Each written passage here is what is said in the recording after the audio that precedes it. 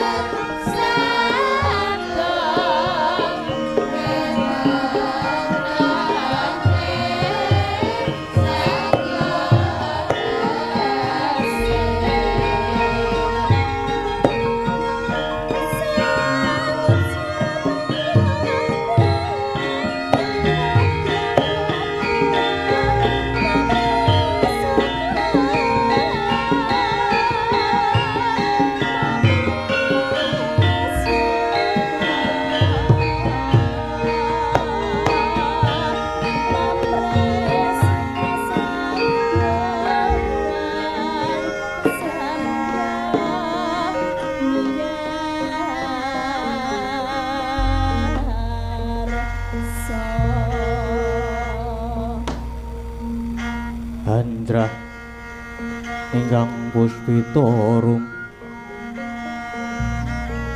kasiliring samira nomre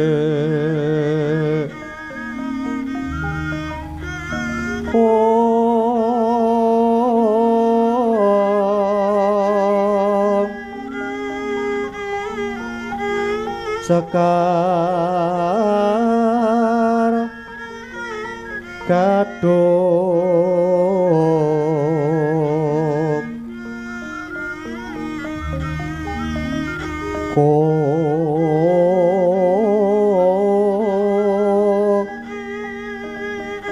as kandanyo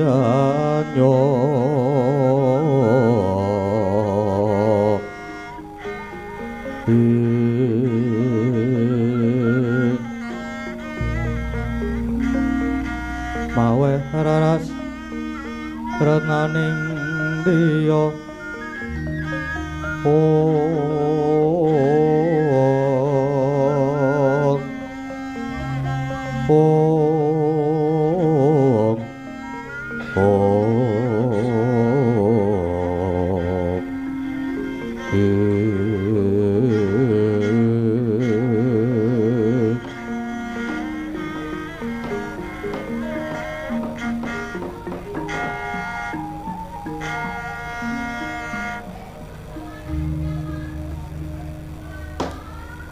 Ya jagat dewa Bathara Angger Antasena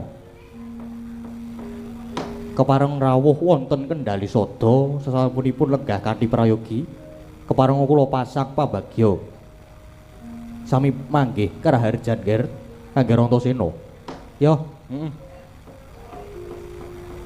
mundi pangestune Siwa Mayangkara sowanku lulus raharja ora ana alangan suwiji apa bektiku lan basaku katur ya inggih kula tampi dawah sami-sami Nger janur gunung rawuh wonten Kendali Sada lajeng wonten wigatos menapa Nger Antasena ngene ya sowanku iki kejaba tuwi kawidadane Pak Dyanoman sejatine sowanku iki diutus para pepunden Pandhawa dene wigatine Caos Uninga yen to kalenggan iki para pepunden arep mulyake pasareane para leluhur saranane ya kuwi kanthi mbangun Candhi Saptawarga. Lah, kejaba Prabu Kresna lan Kyai Semar Siwanuman ki ya klebu dadi pamomonging para Pandhawa. Mula rening iki para Pandhawa duwe gawe arep bangun Candhi Saptawarga. Siwa Mayangkara saiki uga diaturi supaya manunggal karo kadang Pandhawa. Rawuh ing Saptawarga kejaba mengestoni uga ngewangi bot karepotane para pepunden Pandhawa Siwa Mayangkara Kagyat Trisang kapirangu Rianggul kirempet kempet dosang retnaning bawana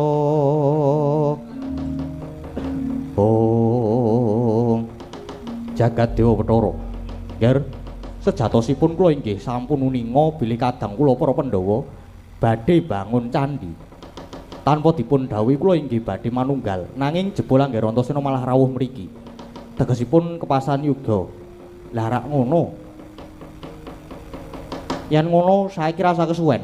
Ayo bebarengan karo aku manunggal karo para pepunden Pandhawa ngiras pantes ngrondani negara mbok menawa laku dom sumuruping banyu ingkang sedya mbebuthek banyu bening. Awake dhewe kudu bisa nrenggalani inggih Nger Antasena. Wis ayo wae tak derekke inggih. Monggo Nger sesarengan kula derekaken.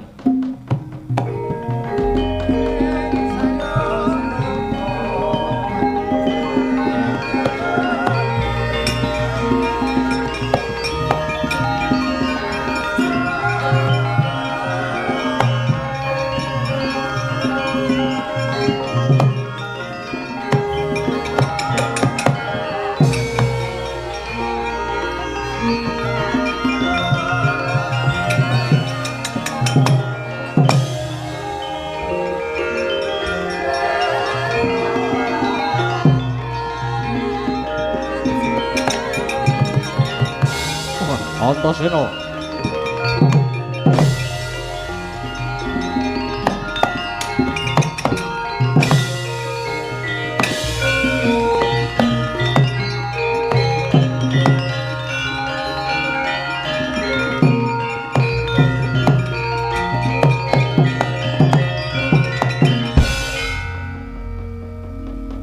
kapapak keprangguling mungsuh kapapak bawat nyobentar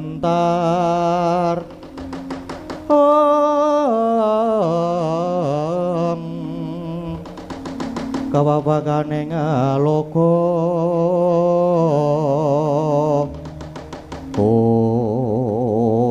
lah dalah ngaglah ana dedalan Antasena iki. Iki Siwa Kartomarma to iki. Ya, dasar para nyata, Antasena. kok nganti wadya bolos gelar sepapan mongko sikep gegaman. Arep nendi? Arep menyang endi? Arep ngluruk perang po? Wah, gedhe sujanamu Antasena. Sujana wae to. Merga kura nendi papan mung gawe rusak. Mesti mung bebutek banyu sing bening. Ora, ngaku ora. Yo, ora tedeng aling-aling. Mulane iki kura nganti wadya bolos garis papan bakal ngluruk ana ing Saptawarga. Lah rak tenan to. Nek tekan Saptawarga arep ngopo? Ngaku. Arep gagalke nggone para Pandhawa bakal bangun candhi Saptawarga. Merga kuwi dianggep nyahak wewenange Koko Prabu Duryudana. Mula kowe sumingkira Antasena, dalan iki bakal tak nggo liwat. Meng arep gawe rusak mesti ketekan Kurawa. Bali. Nek ora gelem bali malah kelakon tak babati wadya balamu parat. Wani ngalang-alangi. Nek ngono kowe wani karo wong tuamu, aku lan Kurawa. Nek jane iki aku ora wani karo pepundhenku, ning sing tak waneni iki pakartine. Kakean wuwus ngemping lorong Ginjapati, untapke nyawamu wae lah. Teneh kondang Kartomarma iso ngalahke Antasena iki.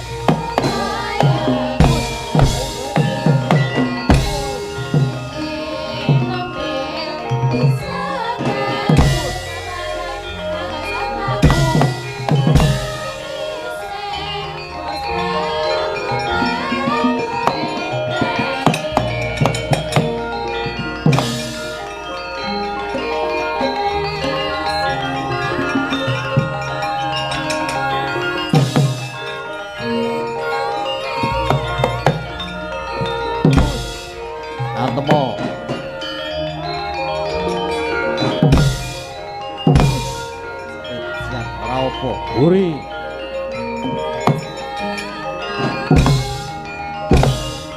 sirah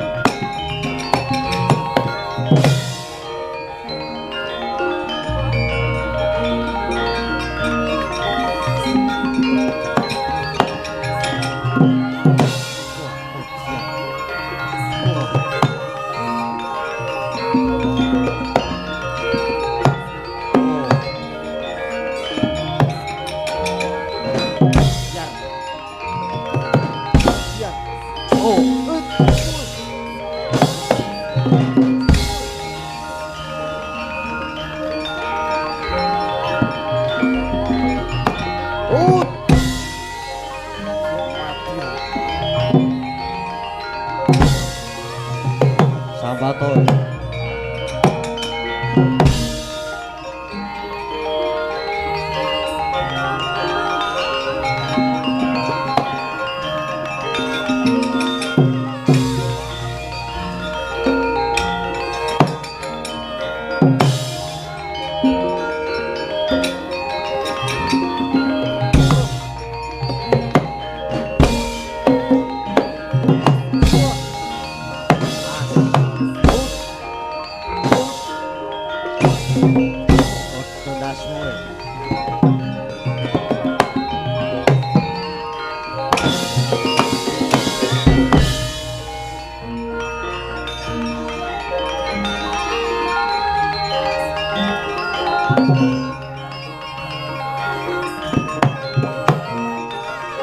Sangu gaman, yo maju rene.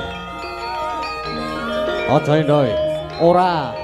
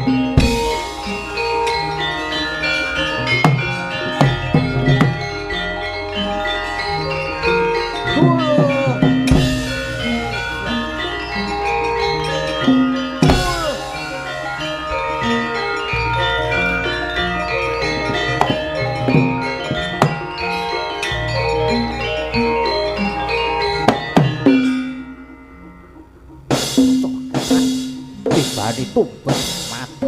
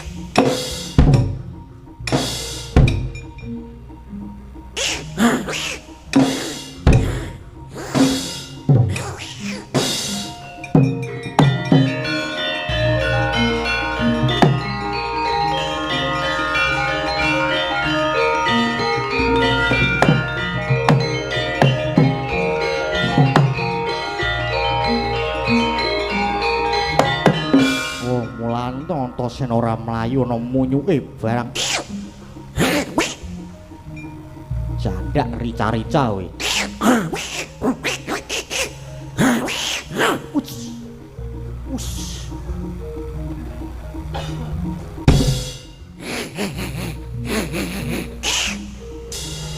Yo.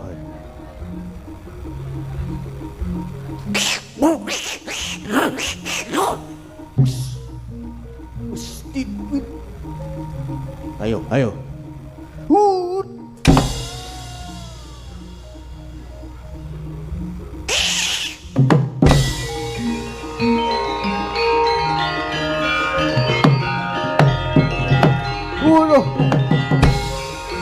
Wah.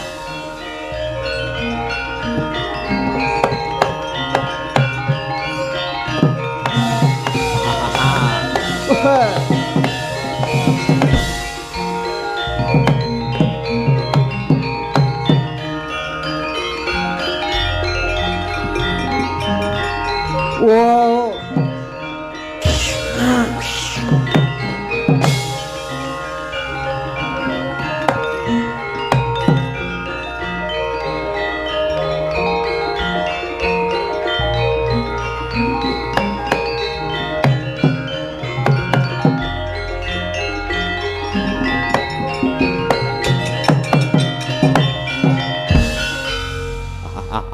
Pecah kula man.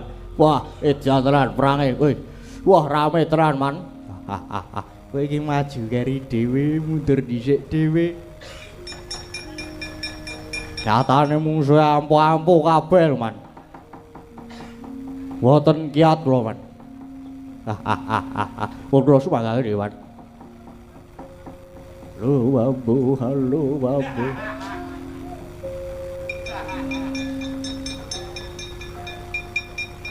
Pecah kula, Man. Piye Satama, Kartomarmo ngendi kok kowe isih sing mundur? Kirangan, Man. Mlipir nguyuh sajake, Man. Oh alah. Wis kono kek mundur mesake karo kowe aku iki. Besok njaluk ilmu karo bapakmu sepen ampuh. Nggih. Kula sumbangaken, Man. Heeh.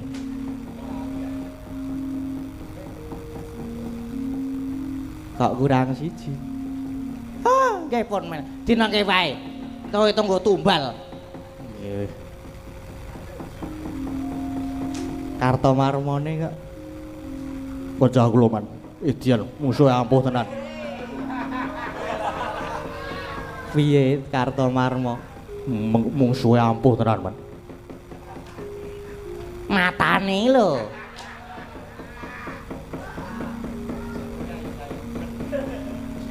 Musuhmu sapa? Ih, musuh kula pun Antasena. Oh lah, ana gek mundur. Kurawa sapa sing durung maju ditareni arep maju apa ora? Nggih. Kula sumanggaken, Man. Yung. Oh, wedhus sih. Kakang Durna. Gimana, Dek Pate? Kok ora kabar-kabar? Ah, lah jenengane ku nekoni bocah karo turu. Lajeng pripun nek anten iki Jal? Durung nganti tekan Saptaarga wis dicekat karo Antasena karo Anoman. Kamangka wong loro nika ampuhe ora jamak-jamak. Ora ana sejarahe Kurawa kok iso menang musuh wong loro kae. Ah, kula nggih apa jenenge nyimak leda tantang-tantangan Antasena kalih Kartomarmo. Mosok Kartomarmo diureke. Teneh kondang Kartomarmo iso ngalahke Antasena, ngaten. Tingkat kepercayaan diri wis nganu di atas rata-rata Dipate. Nggih. Lajeng pripun? Oh. Wis ora ana gunane gawa Kurawa niku Dipate. Nek kok penjalin, nyimpang dalan golek dalan riya Dipate. Nggih, Kakang Durna.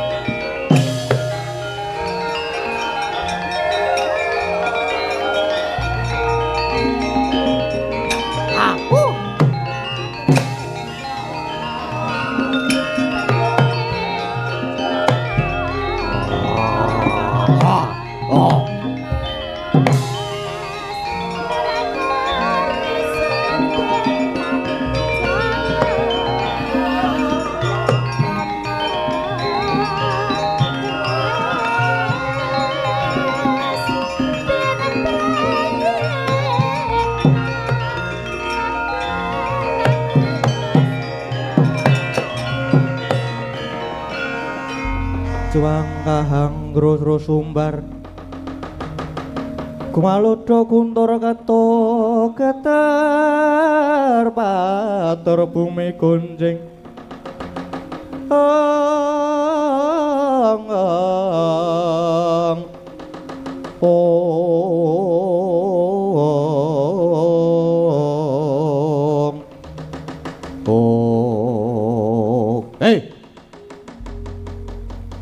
Patih Jangkira Waksa inggih kula wonten dawuh sinuwun kalenggan iki bakal ketekan sing dadi sedyaku nggonku nedya males wirang ngudi tuwuh sedane Sudarmaku ya kuwi sawarga Rama Prabu Newata Kawaca awit nalika semana aku wis nampa ature Catugara Toga lan Bilung wase jebul sing nyedani Rama Prabu Newata Kawaca kuwi wujude Brahmana ya kuwi Begawan ciptaning sing nyatane kuwi jebul panengah para Pandhawa kekasih Raden Arjuna ya Raden Janaka durung lega rasane atiku yen to durung kelakon mateni karo Janaka inggih lajeng parengipun kados pundi ingkang abdi cumadung dawuh Prabu teh dina iki kadangku diajeng Mustaka Weni wis budal dhisik ana ing negara Ngamarta sedya manjing dadi Duratmaka supaya nyolong karo wujude pustaka Jamus Kalimasada merga pusaka kuwi pinangka dadi kekuatane para Pandhawa yen Kalimasada bisa dicidra bakal so gampang nggonku ngrenah padine Janaka Patih kowe wae aja wedi kangelan dawuhna kabeh wadyabala negara Mayamantaka patang penancap sak banekare kabeh wadya sabrang buta-buta disiagake krilampit brungkat kimpul ngluruk ning negara Ngamarta golek sing jenenge Janaka nek perlu Ngamarta dibiuki bathang sayuta inggih estuaken dawuh lajeng bidal kula menjang menapa raketan colok lintang sambung opor wah ngelih aku ki sambung opor mangga dina iki nggih estuaken dawuh nuwun pangestu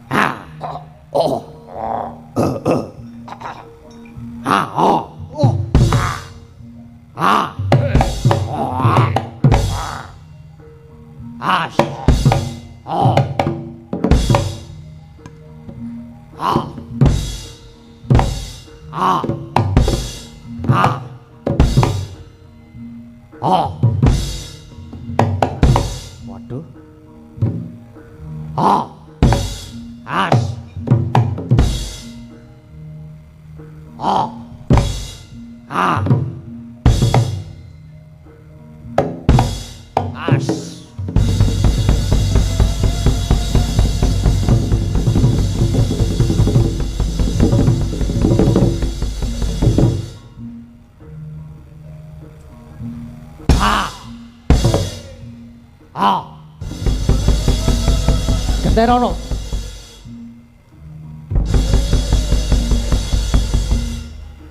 Genterono iki gojek ono. Wah. Ah. Oh. Ah. Ah. Tuh.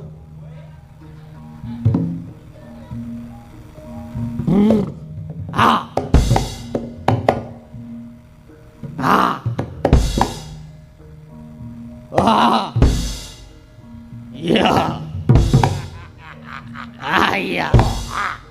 Iya. Wah. Udus. Wah iya.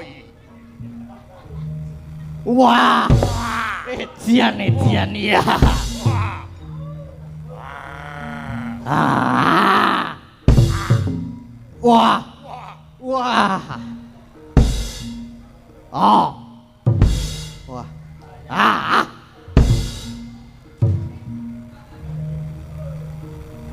Ah. Sing meso dibalekke to iki. Ah. Oh.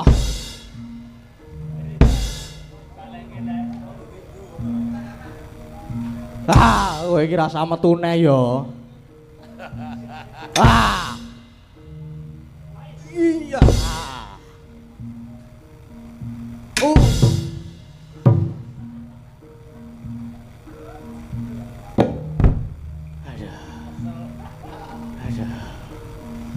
Yo, mlebu neh yo.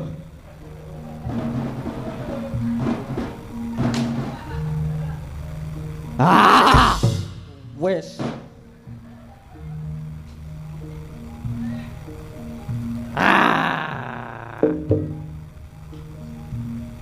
Pun nggih. Nggih. Entek.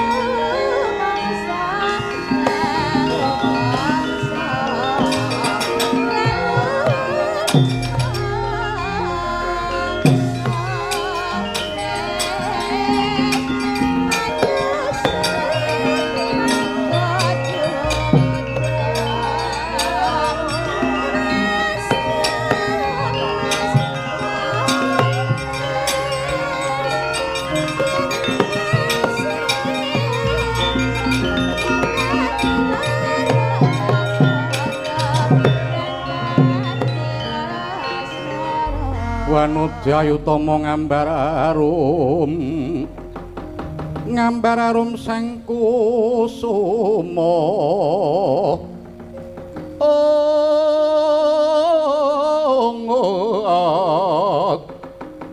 lelewani milangoni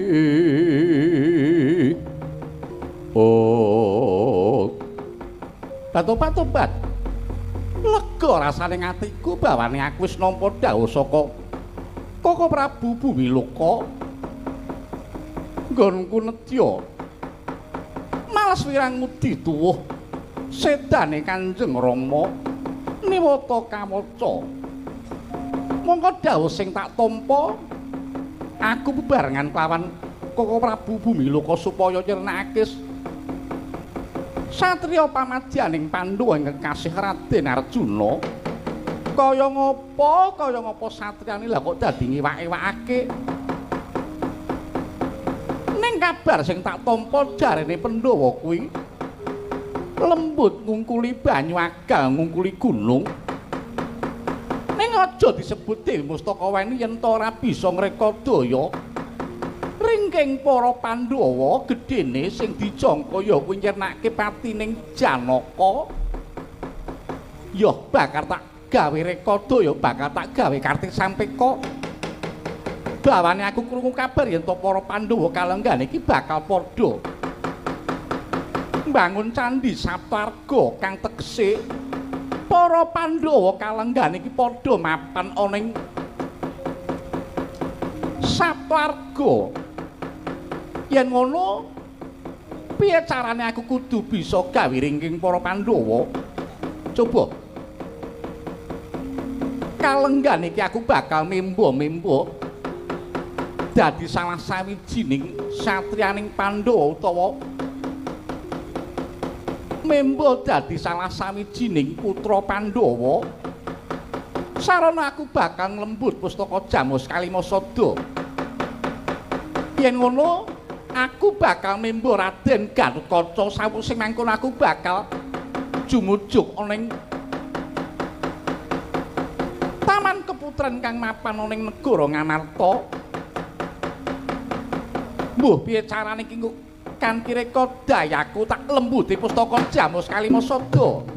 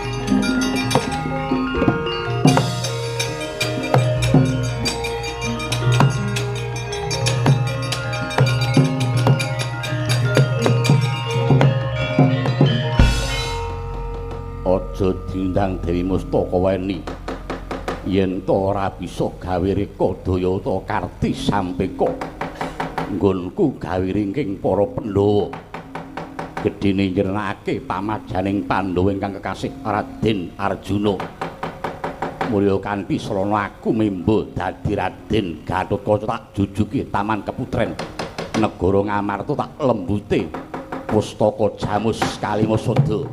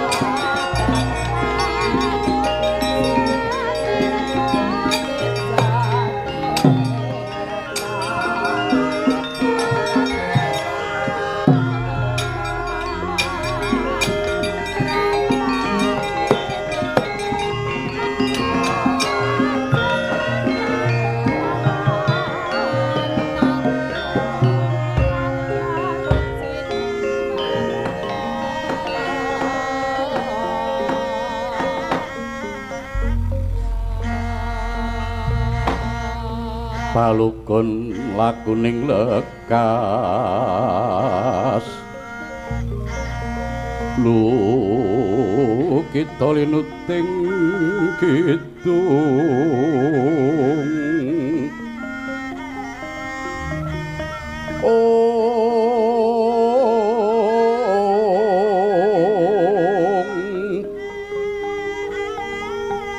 kadung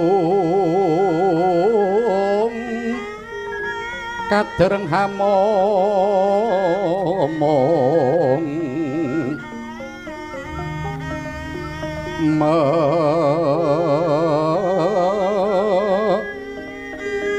mangun manah rayu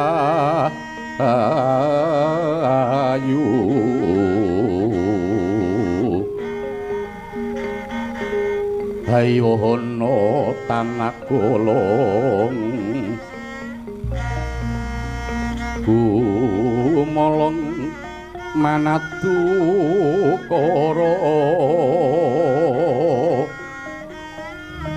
karnanira hangapus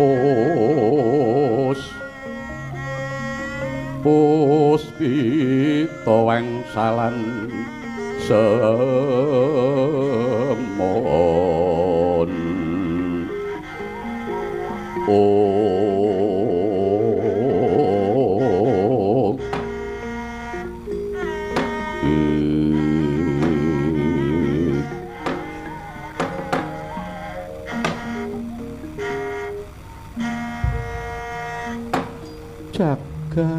jagat katanging pun kakang diajeng Wara Srikandhi inggih wonten timbalan ingkang adhawa kakang Mbok Ratu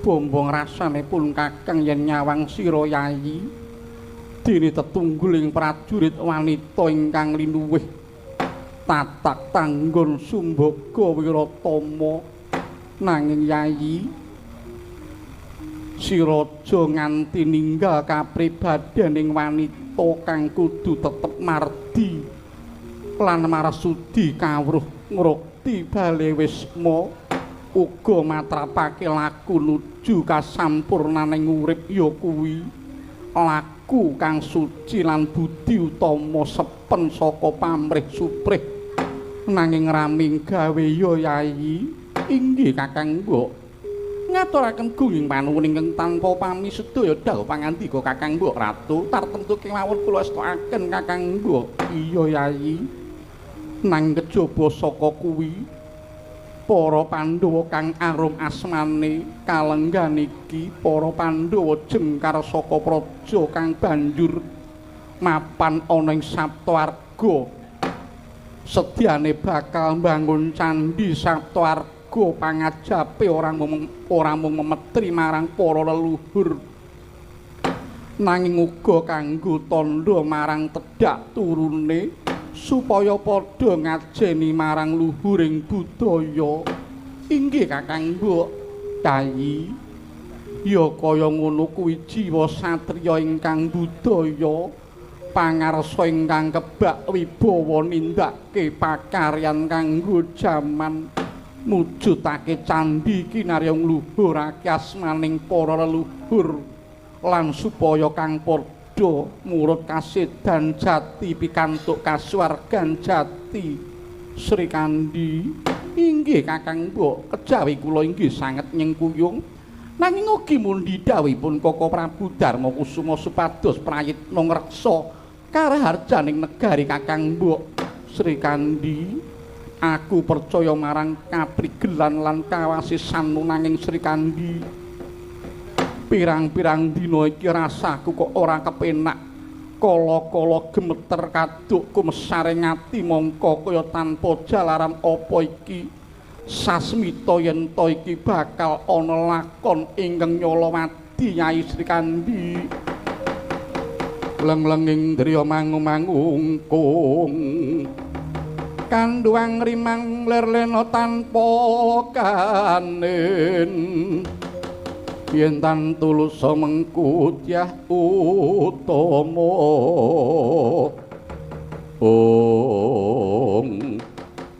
Eca denira sami imbal wacala ginemraras ginandarasa nanging nalika semanten gedadak sowanipun Raden Galukaca ingkang kawis tingal pepeh pindha sata manggikrama.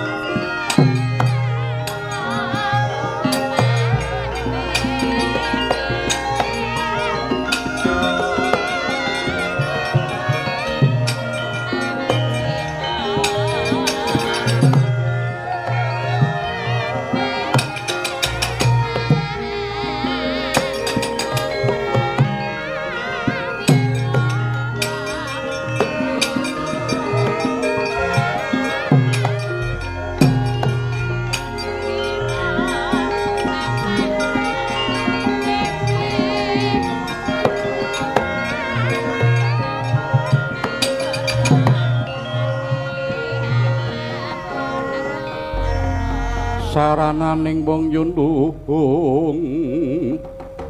petah lopo lawan kuling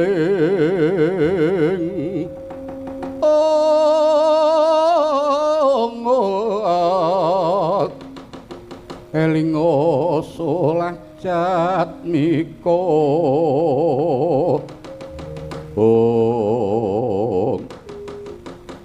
ora bakal nyambung ing paningal ingkang sowan iki purunanku Galukaca padha kanthi raharja nggir kula pringgondani.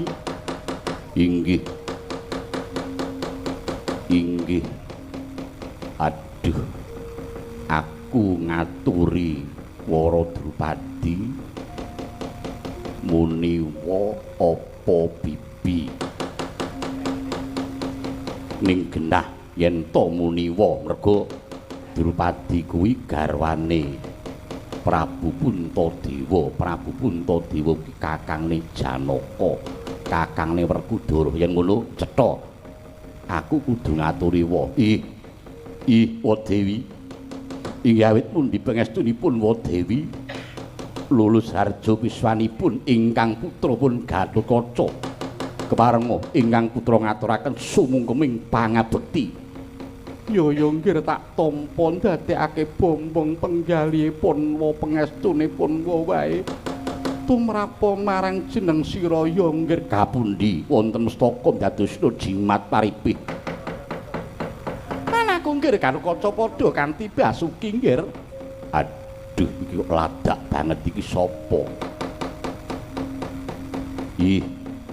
Ih pangestunipun Wadewi. Wawa piye? Ih Wadewi. Monggo saben-saben kowe piyen ngaturi marang aku muni bibi. Ih bibi klentu kula wau. Ih ngaturaken sumungkeming pangabekti. Bibi Wara Sujiat, Wara Srikandi. Tobat. Aku kok gumul Galukaca lah kok dadi ora apal karo jenengku. Aku malah dianggep Wara Sujiati. Apa ya? Tumon Galukaca kok suarane kok rada ladak, mongko Galukaca kuwi suarane gandem arem. Ih pancen sakmenika kula sampun radi ewah swanten kula. Sakmenika kula remen swanten galak ngaten. Ndamar sasi ana wigati apa kulup Galukaca? Kepareng matur wonten sanipun Siwa Dewi Drupadi lepat cumadung dedukuh ing kathah. Ora dadi apa sirnakna kang rasa wigih ringa-ringa sartane Durgama Sangga Runggiya kulup.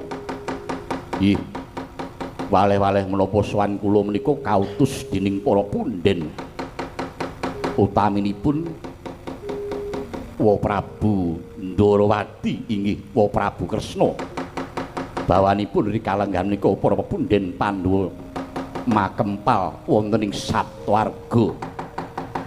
Bangun candhi Saptwarga namung ndadosken kawuningan. Sauger candhi menika dipun bangun bebasan esuk dipun bangun dados sonten jugar utawi rebah.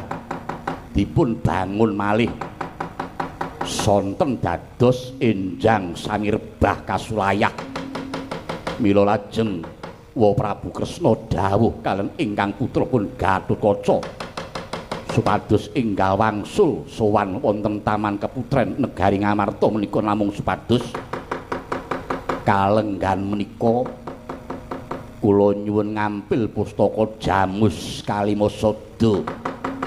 Karena pustaka Jamus Kalimasada menika pinangka dados kekiyatan anggenipun para pepundhen Pandhawa badhe mbangun candhi Saptwarga.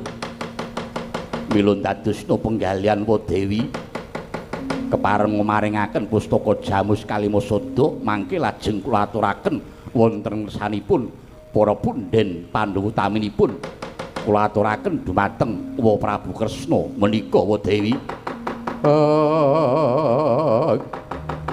Anglir bawaning kang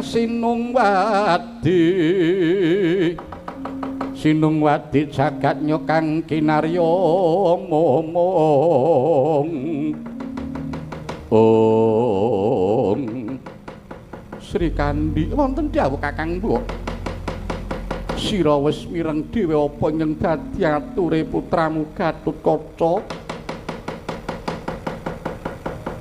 bakal nyuwun ngampil pustaka Jamus Kalimasada.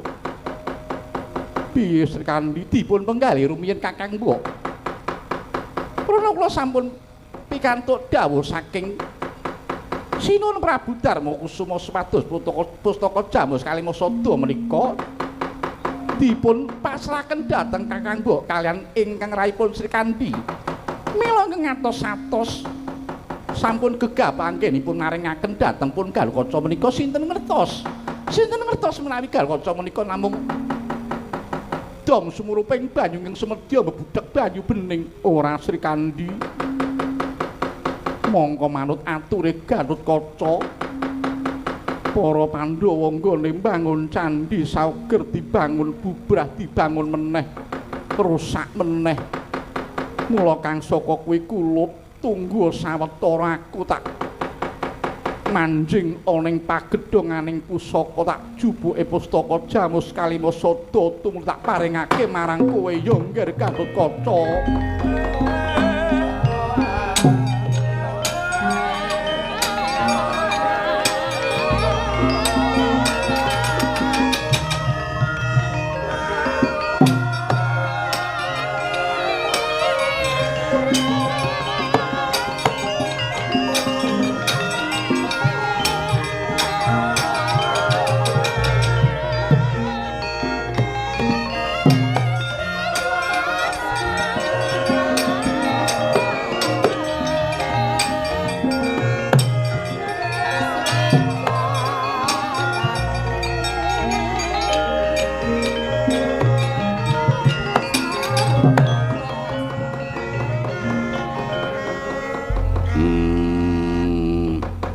Jebul mawa cahya mengkono pustaka Jamus Kalimasada mula ya bener yen to kekuwatane ngedap-edap gaku yen to nggonku nampa pustaka Jamus Kalimasada iki mengko ora nganggo sarana nyembah kaping 3 kurang bejo sisip sembiri aku malah bisa kalenggak yen mengkono mung kari nunggu dawuh pengendikane Wara Drupadi. Banjur tumuli aku nyembah kaping 3. Pustaka Jamus Kalimasada mesti bisa tak gawa. Nggih. Pustaka Jamus Kalimasada tumuli tak paringake marang jeneng sira kula. Pepundhenmu para Pandhawa ana ing Saptwarga. Matur sembah nuwun Wadewi.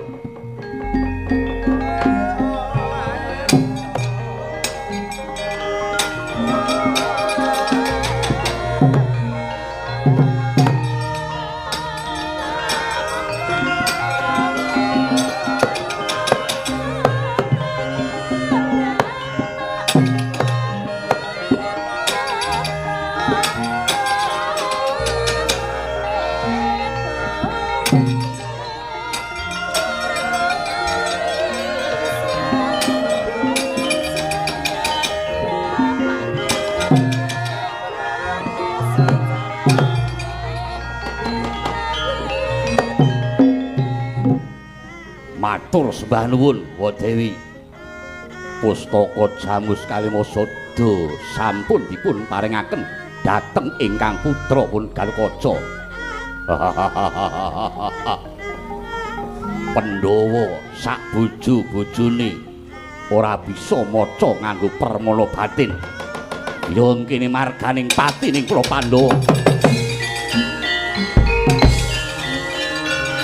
Tobat.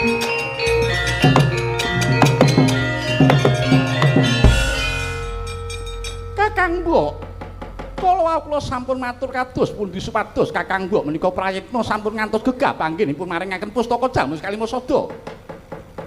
Wong nyatane pustaka Jamus Kalimasada kuwi pinangka dadi kekuatan nggone mbangun candhi Saptawarga inggih menika leres. Namung cobi kula aturi menggalih sepisan. Gatotkaca menika anggenipun sowan ngewahi-wahi adat. Kawastara menawi sajak Nyolowadi, mongko Kakang Mbok kala sampun ngendika bilih sajakipun badhe wonten lampahan ingkang sajak Nyolowadi menika. Ingkang kaping kalih.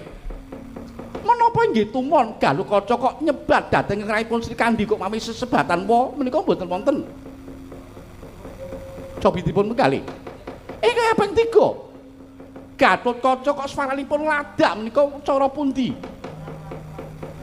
Mongko Kakang Mbok kedahipun prisa sareng Galukaca menika wau nampi pustaka Jamus Kalimasada lajeng batosipun kula ngertos menika Galukaca menika lajeng gumuyu latah-latah ngemekaten pareng boten pareng badhe kula bujuk pun Gatotkaca.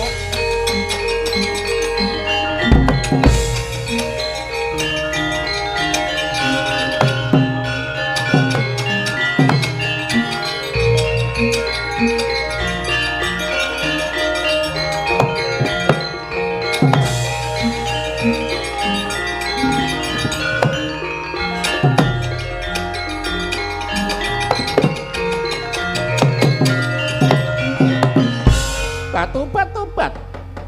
Apa tumon sing jeneng Galukaca kok ngguyu latah-latah? Lah tujune Sri Kandi. Upama dudu Sri Kandi apa ora? Bahkan Drawasi lakon iki konangan wara Sri Kandi. Tak lepasi jemparing kelakon kewirangan dening aku kowe banjur badal satining wujud. Kowe mesti maling aku no ingkang sedya bebudak banyu bening kan kok tak lepasi jemparing kowe Galukaca.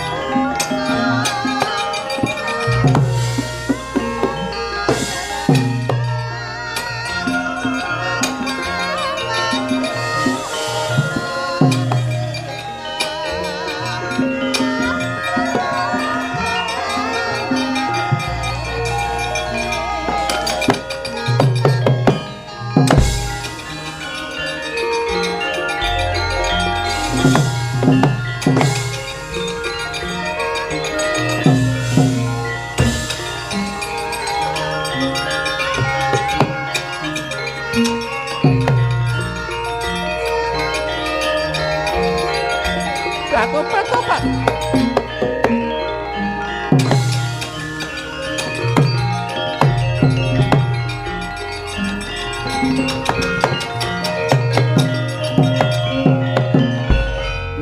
Mingis kadlandeping Trisula